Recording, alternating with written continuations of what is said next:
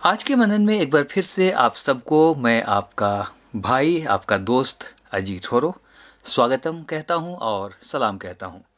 आपका हार्दिक स्वागत है आज के मनन में, मेरे प्रिय मित्र। कल हमने उत्पत्ति 3:16 के पार्ट ए को देखा था, जिसमें स्त्री की पीड़ा के दो पहलुओं को हमने देखा था।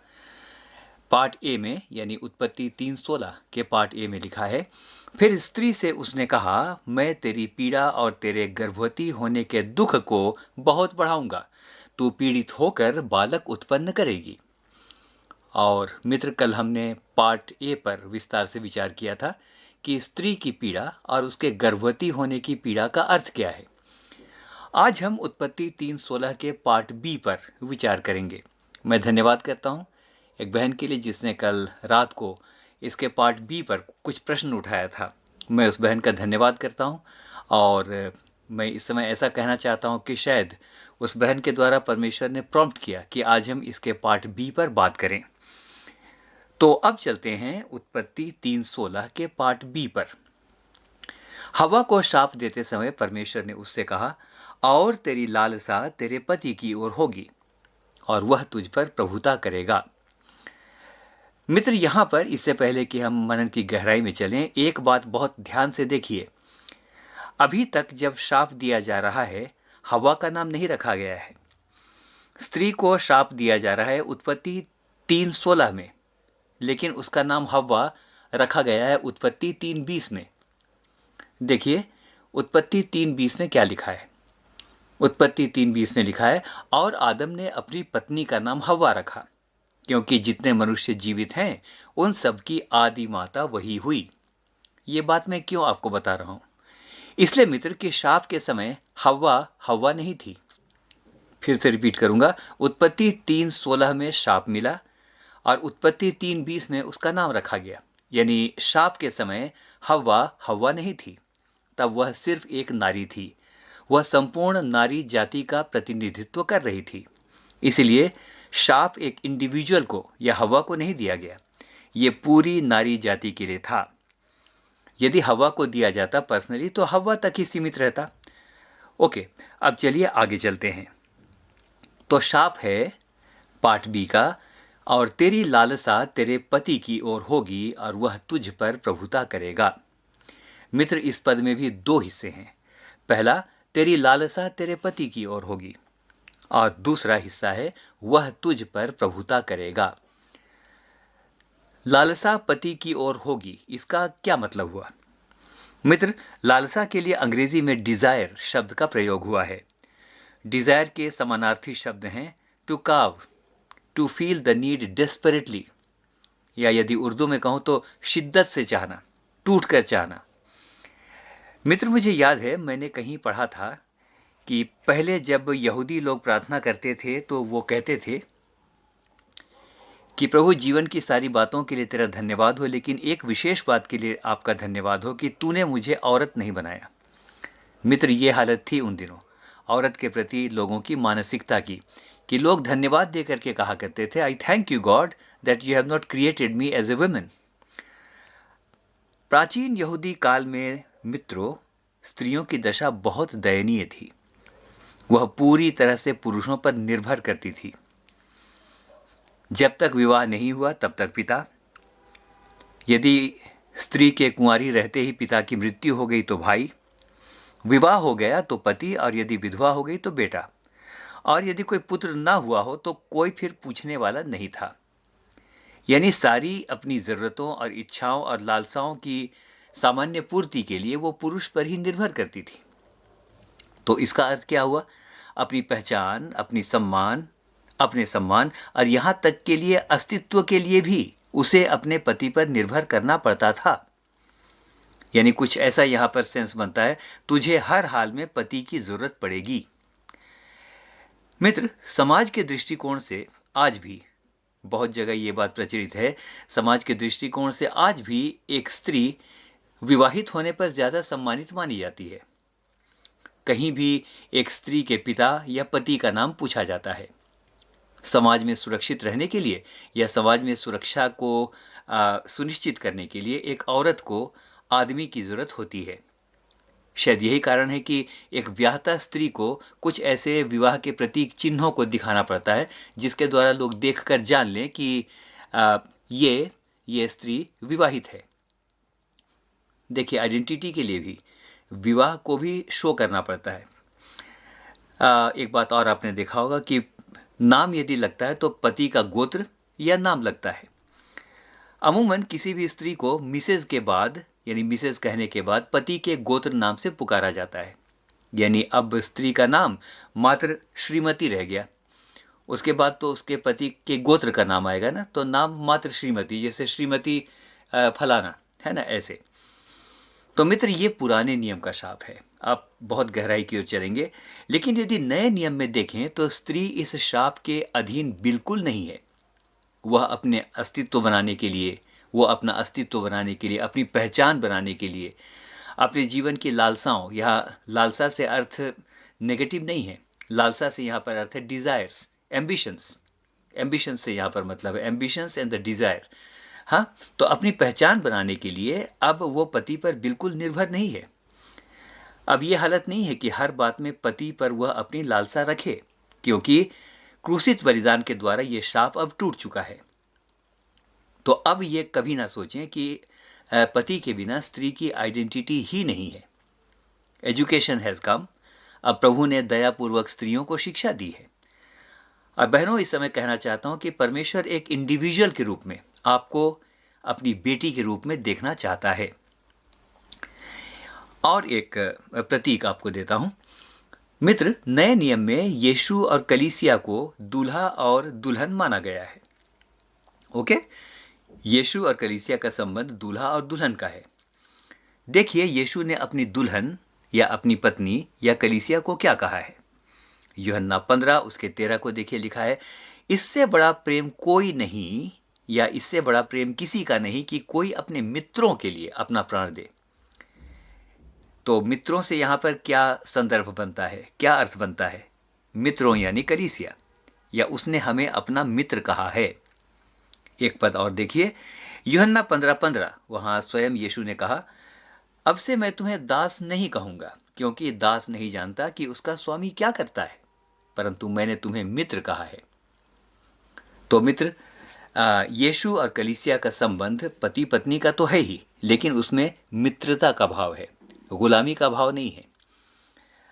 वहां एक प्रकार की दासता का भाव नहीं है, यहां पर मित्रता का भाव है। एक बात हमें जान लेनी चाहिए कि जब परमेश्वर ने स्त्री को बनाया तो कहा, सुनिएगा, उत्पत्ति 2 उसके 18 में ऐसा लिखा है, फिर यहोवा परमेश्वर ने कहा, आदम का अकेला रहना अच्छा नहीं, मैं उसके लिए एक ऐसा सहायक बनाऊंगा, सहायक, ओके, सहायक बनाऊंगा जो उससे मेल खाए। मित्र, यहां सहायक शब्द आया है। सहायक का मतलब गुलाम नहीं होता है, सहायक का मतलब दास या दासी नहीं होता है, सहायक मतलब हेल्पर होता है, इसका मतलब स्लेव नहीं होता। तो यदि कोई दास कोई तभी हो सकता है, या दासी तभी हो सकता है जब कोई स्वामी हो। मित्र, ध्यान दीजिएगा, सहायक शब्द, मैं उसके लिए ऐसा सहायक बनाऊंगा, उर्दू में मददगार कहा गया है। क्या आपको पता है कि वचन में सहायक शब्द मात्र स्त्री और पवित्र आत्मा के लिए आया है। पवित्र आत्मा को भी सहायक कहा गया।